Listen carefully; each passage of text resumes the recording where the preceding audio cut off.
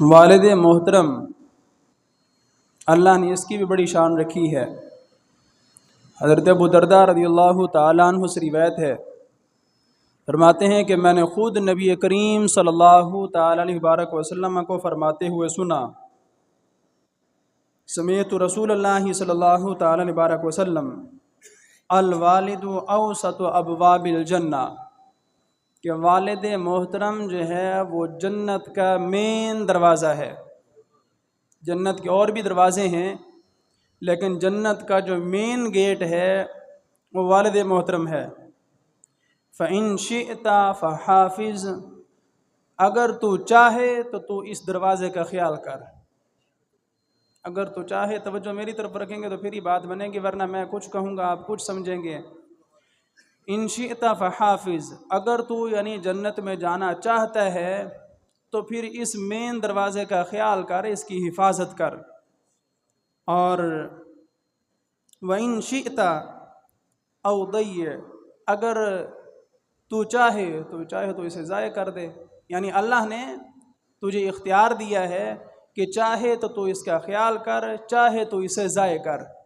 دنیا میں اللہ رب العزت نے کسی بھی انسان کو مجبور نہیں کیا، یعنی وہ احکام جن میں بندے کو اختیار دیا ہے عمل کے میدان میں، اللہ نے بندے کو مجبور محض نہیں بنایا۔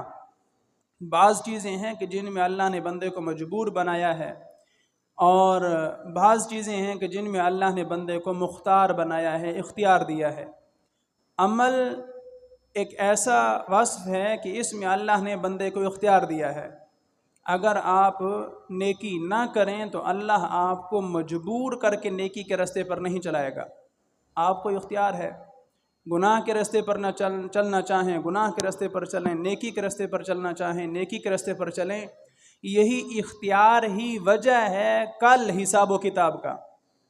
کل جو حساب و کتاب ہونا ہے وہ اسی وجہ سے ہونا ہے کہ میں نے تمہیں اختیار دیا تھا، عقل اور شعور دیا تھا، صحیح اور غلط کے درمیان فرق کرنے کا امتیاز دیا تھا، اور اس کے باوجود اگر تم برے راستے پر چلے ہو، تمہیں اچھے راستے کا پتہ تو تھا، تمہیں بتانے والے بھی بتا کر آئے تھے، اور میں نے بھی اپنی کتاب تمہارے پاس بھیجی تھی، تو جیسا عمل کرو گے ویسا ہی اس کا انجام پاؤ گے۔ عمل سے زندگی بنتی ہے، جنت بھی جہنم بھی۔ یہ خاکی اپنی فطرت میں نہ نوری ہے نہ ناری ہے، نہ تو اسے جہنم کے لیے بنایا گیا ہے اور نہ ہی اسے جو ہے وہ نوری بنایا گیا ہے۔ عام انسانوں کی بات ہو رہی ہے۔ تو عمل کے ساتھ آپ اچھے اعمال کریں گے، اچھی جگہ پہنچیں گے، برے اعمال کریں گے، بری جگہ پہنچیں گے۔ تو والدین کے ساتھ حسن سلوک یہ اللہ کا بھی حکم ہے، رسول اللہ صلی اللہ تعالی علیہ وسلم کا بھی حکم ہے، اور اسی وجہ سے اللہ رب العزت کے رسول نے فرمایا کہ والد جو ہے وہ جنت کا مین دروازہ ہے، اور اگر اس کی حفاظت کرو گے کل تم محفوظ رہو گے، اور اگر اس کی حفاظت نہ کی کل تم پریشان ہوں گے۔